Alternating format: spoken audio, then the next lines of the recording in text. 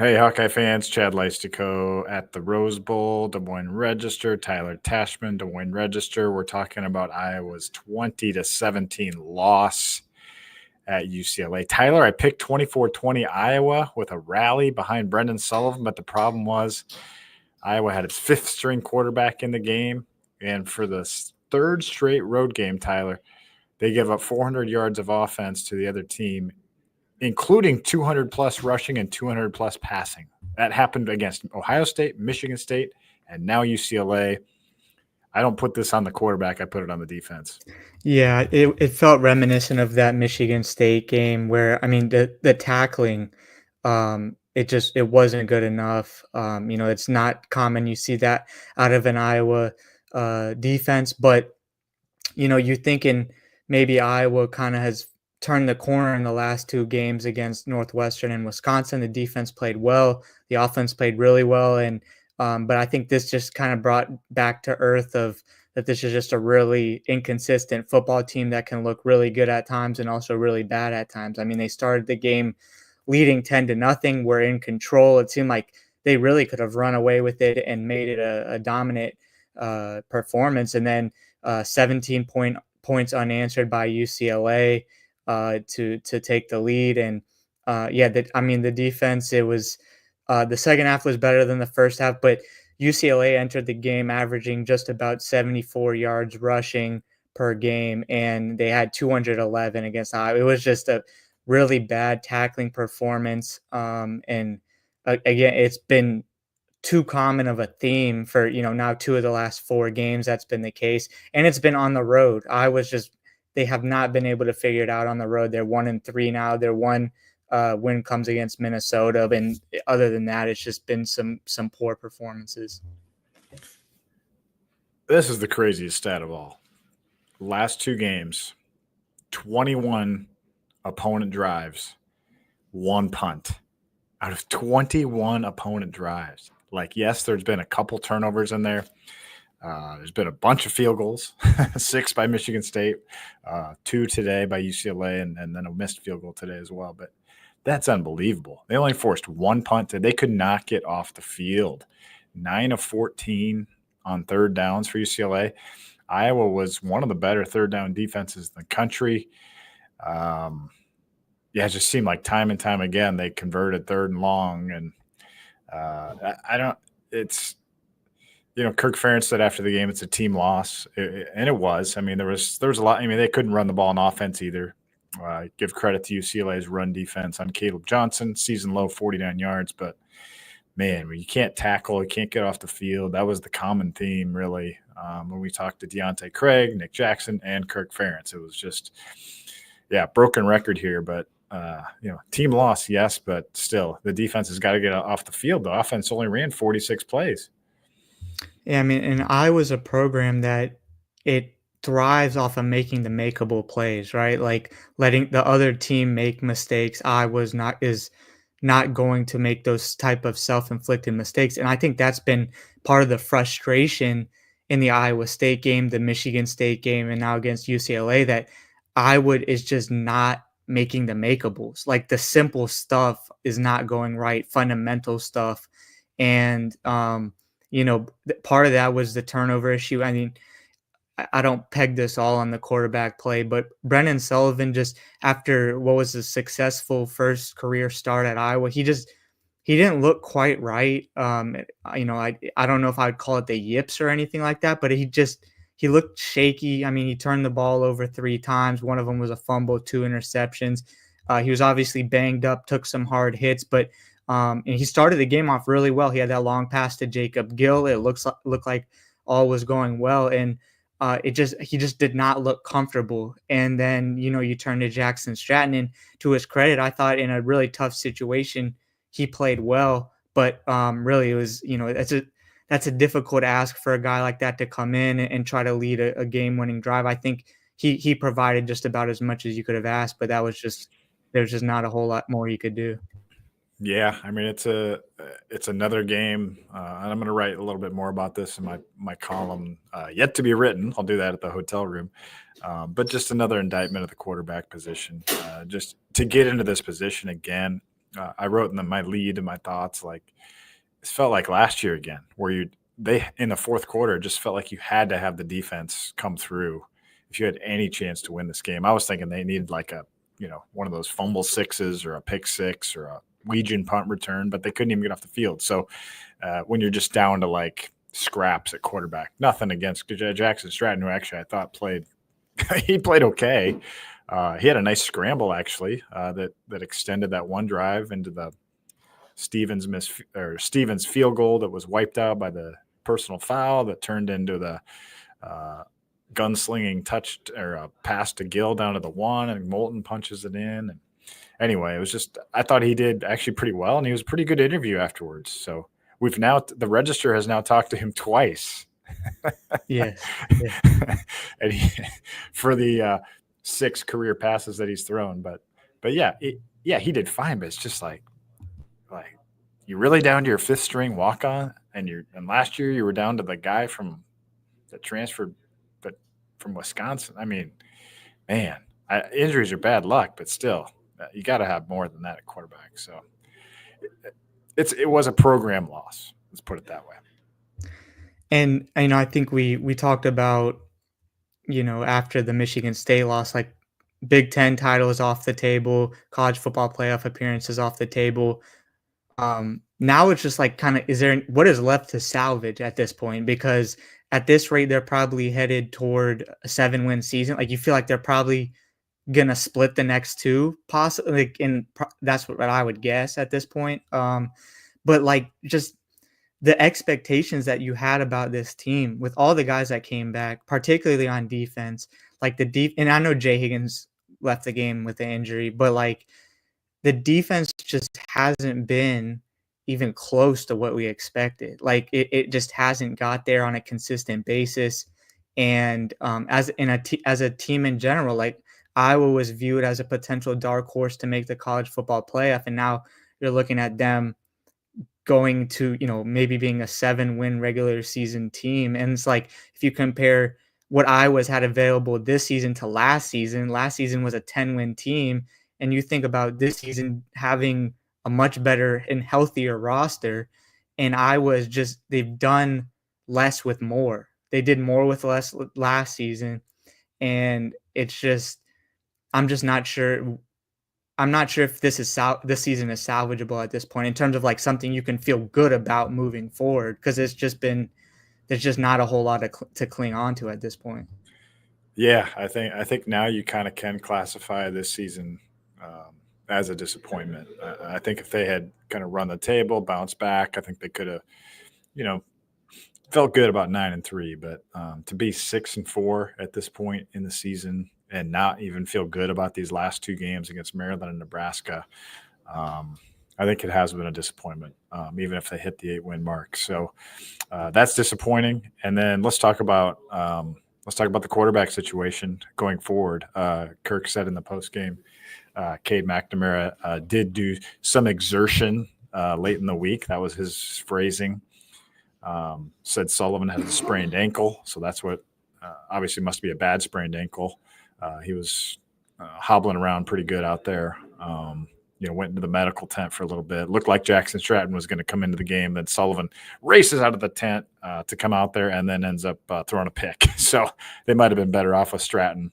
And at that point, they took Sullivan out of the game. So took his helmet. So anyway, we talked about was this Sullivan's job the rest of the season? Like, he just committed 3 turnovers and now he's hurt. Does that open the door now for McNamara to return against Maryland? I guess we'll maybe find out a little bit Tuesday from Tim Lester, but probably not. It'll probably be a game week thing, I'm guessing. But what do you think? Like, what do you think the thought process is going to be here? Does this open Kirk to bring Cade back is what I'm saying. Yeah. Cade has taken, a lot of heat for his play, but I think at this point you just want someone back there that's competent for the last 2 games, like that, that's just gonna be good enough and be able to run the offense. And maybe that's Cade McNamara, maybe that's not, but I think what you really saw UCLA do is, we knew that they had a really good run defense coming into this, but credit to them because they contain Caleb Johnson in a way that we have not seen this season. And even in those Michigan State and Ohio State games, Caleb Johnson was able to rip off some pretty good runs. That really didn't even happen against UCLA. But this was really, I mean, a team selling out and not really respecting at all the passing game of Iowa and they let Brennan Sullivan run, and then that's the downside to having a running quarterback, right? Is that he's going to take hits, and he took some big hits, and then he finally slid to kind of get himself out of potential danger. But I don't know. It's just, yeah, I think it does open the door of, at least more uncertainty of what Iowa does the remainder of the season. But I'm not sure like how much it really matters anymore. But I don't know. It's just like, either one of them is going to be in there. I would personally, if they're both available, I would keep going with Sullivan because I think long term it's better. But I think Kirk is very much in the mindset of what's going to win now, even if the season is kind of lost. So I could see a scenario if Cade McNamara's back that you go back to him. Yeah, I mean, honestly, as Dargan said before we started the show, if Kirk Ferentz wanted to draw up a worst case scenario of how things would go here, other than getting the 10-0 lead, like that was it. Sullivan gets hurt. The defense does not do well. Even Dakin had 2 bad punts today that were costly. He had one good one, but he had 2 bad ones that were pretty costly today, and special teams did nothing. So, yeah, it was and Higgins got hurt. And Lachey started, but he didn't play much. No tight end catches today. No running back catches. All 9 receptions for Iowa were by receivers. So, I think you can also probably poke holes at whatever, what Tim Lester had drawn up. I mean, no running back, no screens to Caleb Johnson, no tight end catches at all. It just felt like they just weren't all there, and they didn't make any excuses about the long trip or the West Coast times. None of those excuses. They just didn't play good. And that's what I think is frustrating about this season is that like 3 of Iowa's games have felt like 3 of Iowa's losses have felt winnable, like very winnable. The Iowa State game, Michigan State, and UCLA. Those are not games that you look back on and it's like, oh, well, Iowa had no chance of winning those. The only one that you really truly felt like that about was Ohio State. And we knew that going into the season. And we knew that there was going to be a lot of 50-50 games. And Iowa, last season, they thrived in close game scenarios. Illinois, Nebraska, Northwestern, Michigan State, those were all games that they made plays in the clutch when it was needed. And so far this season, they haven't been able to kind of revitalize that magic. I mean, the Iowa State game went down to the wire. They weren't able to make the plays. And then this game too, that was decided by 3 points, they weren't able to. So it's just, I don't know. It's a lot of, it was right there in front of them. The season was right there for the taking. And I think part of it is just the fact that they can just say we didn't play our best. Like they left some stuff on the field. It's like that shouldn't be happening. Like you should, you're on this stage and playing at this level for a reason. There shouldn't be like a lack of focus or we didn't, we didn't put enough out there on the field. Like I don't really buy that as a valid excuse because that's a controllable. Again, I was supposed to control those things. And it just feels like this season they haven't been able to do that. And I mean, you can't even use injuries as an excuse either because did you see UCLA's injury report?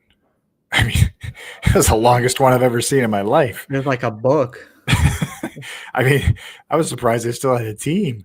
Yeah, and they, they made plays anyway. It didn't matter. Their backups made plays. Their main guys stepped up, and you really, other than Jacob Gill, like who had a good game for Iowa? Nick Jackson, maybe. Yeah. I mean, Gill had 6 catches for 138. By the way, he had stomach flu, so Nick Jackson 12 tackles. Do feel bad for Higgins. And feel bad for Sullivan, honestly. I mean, to get hurt like that, because I think he could have let him back. It would have been nice to see in a 20-17 game, you get the ball, 4:49 to go, down 3, Can Sullivan lead them on a winning drive, right? But it's Jackson Stratton. They go 3 and out. Dakin hits a terrible punt, and you never get the ball back. It was just a really like deflating end to all these fans that came here. Let's go to 3-word headlines because I'm sure that'll take us a little while. I like Jack Leto from KCRG. The sun sets, question mark. A lot of layers of meaning there. And, of course, the Rose Bowl's famous for sunsets. And I wondered too. We talked about, not that this is an excuse, but the grass. Like, it looked like, at least from television, guys were slipping and there wasn't good traction. And that's something that like they're playing on the same field, so it's not like, I was dealing with something that UCLA isn't. But it looked like that played a role in the issues tackling. Like, Iowa just wasn't getting good footing, and again, that's something you have to figure out, one way or the other. Yeah, obviously it was a Rose Bowl disappointment. Cody Hills, hate this place. Elliot Ponnell says defensive scheme outdated, question mark. I mean, no, I don't think so, but it just didn't get it done today. Hawkerella, choose your adventure. Yeah, this team has been up and down every week. It just hasn't been that consistent. Blake Walker, Rose Bowl woes. Westgate, fire them all. I like this one from Impetus Hawkeye. Never travel west. We can't avoid that anymore in the new Big Ten. Yeah. So that's next year's. They come back to LA next year at USC. So someone will be back here covering this game. Cole says, "Kill me now." Team 261 says, "Blank the bed." Matt Chinnander, what the F? I mean, there's a lot. We're starting to get profane here, Tyler. Yeah, and I mean, you meant just the inconsistency. That's what this team is at this point. There's a reason they didn't win back-to-back power conference games until Northwestern and Wisconsin. It took a while in the season. It's just been back and forth, and this felt like going into the game like a growth. Could Iowa show growth from that Michigan State game and be able to go out on the road, beat an opponent that they should have beaten after playing well? And obviously Iowa is not at that point and may never at this point this season. So this is way more than 3 words. It was just a pure comment, but actually is kind of interesting. Brett Struck says, worst thing for the Iowa was all the 6th years coming back. Every one of them has underperformed this year and has stunted the growth of players behind them. That's a pretty scathing remark. I wouldn't say that's true about Nick Jackson. He's played really well. Or Jay Higgins. Is Jay Higgins considered a I mean, he came back with a COVID year. So, yeah, that's not obviously he's played well too. But I think he's probably talking about Schulte, who had another pick. Castro has not had the greatest year. Fisher, I'm trying to. I mean, Harris has been really good. So Harris has been really good. Yeah. So yeah, I thinking it through, that's not accurate. But I get what he's saying though. Like it does feel like. Here's where I'll agree with him. Just not about any individual player, but just it does feel like, when you're not tackling, that is kind of an effort thing, and you just wonder what's going on in their heads, because we just don't see that. I think that's what's sticking out to these fans. So it's weird. It's just weird to see, and there has to be a cause of it somewhere, because that's not like Iowa. I think what I can agree with out of that comment is that Iowa's defense as a whole should have been a lot better with all that experience. Like, we expected from day one it to be really good. It wasn't, and then you're like kind of waiting for it to come around. And Iowa's defense, without looking at the numbers, it was better last season than it is this season. So, yeah, I'll just do a few more. Lara says no grit found. Trip Manfro said Duke's Mayo Bowl. Going down the bowl ladder here, especially with another loss. Phil Gennari, kind of what we were talking about. Team didn't care. And Deontay Craig, again, said something sort of similar to that. He's like, that's what's most disappointing. And then he said, you can't arm tackle guys in the Big Ten. So, it is It's like they know they didn't play hard enough. And Kirk Ferentz, let me give you one more quote here, which I thought was good. I didn't put it in my story, but I should have.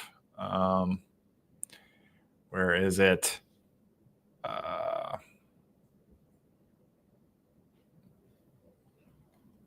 Oh, yeah. They ran harder, blocked harder, right down the list. They played defense harder. I know this, when you don't tackle, it's hard to play good defense. And, yeah. I mean, when UCLA is last in the country in rush offense and they rush for 216 before 5 yards of kneel downs, man, that does speak about your defense. Anyway, we've talked enough about the defense. Any final thoughts? Let's get out of here. No, just, I mean, I think what you said just kind of reiterates my thoughts of that. It hasn't been there in terms of, I think it's too much to say they don't care, but it's just not whatever that internal, kind of spark or, just that ability to overcome adversity. It just hasn't been there with this team. And that's been, I think, given everything they went through last season with like Brian Ferentz, with the gambling investigation, with all the guys they lost to injury, you felt like they were going to be super mentally tough. And you just haven't seen that translate in the way that you would expect this season. No, up next, a bye. 15 days off, injury-wise. They do expect a Stringa back in a couple weeks. We'll see about Vanderzee, but they should have a Stringa back. It looks good on Cade at this point to come back, so you think quarterback depth is going to be up there a little bit. Anyway, check out our video there was only a handful of us here. Check out the video with Jackson Stratton. It was interesting to talk to him for the first time, like in person. I still think it was a good story. After the interviews, he had a lot of family here. They were like watching him get interviewed, like through this fence and stuff. And like, yeah, Jay Strat. So it would have been Shaggy. It would have been a cool story had he been able to like lead some. I mean, wouldn't that have been amazing? Like if he had led this comeback, like that would have been like the ultimate to finally lead Iowa to this Rose Bowl thing. Mm-hmm. But instead, they go 3 and out and never get the ball back. So yeah. Story of Iowa's season, one big disappointment. So, but he was throwing it pretty well. Like he was slinging it. Yeah, he's not bad. Like you could see what Lester saw in him. I mean, he's not the answer yet, but I mean, he's a preferred walk-on, and it's like the same. I mean, like I doubt Kirk Ferentz had any thought that he was going to get meaningful snaps this season when he committed, and Yeah, Kirk seems genuinely surprised that he's actually decent. Yeah. I mean, I think a lot of us, but how about that scramble, by the way? That was pretty good too. That was pretty. Didn't you say pocket mobile or something like that? Yeah. There you go. Yeah, that's right. He said, I'm not like super mobile, but I don't get sacked. And he didn't get sacked. He got clocked once. Yeah. I mean, no, he was throwing it pretty well. All right. On that note, we left you with a little positive, maybe a few laughs here. Tyler Tachman, Chad Leistikow at the Des Moines Register. Thanks for joining us on this post-game pod. Get some sleep.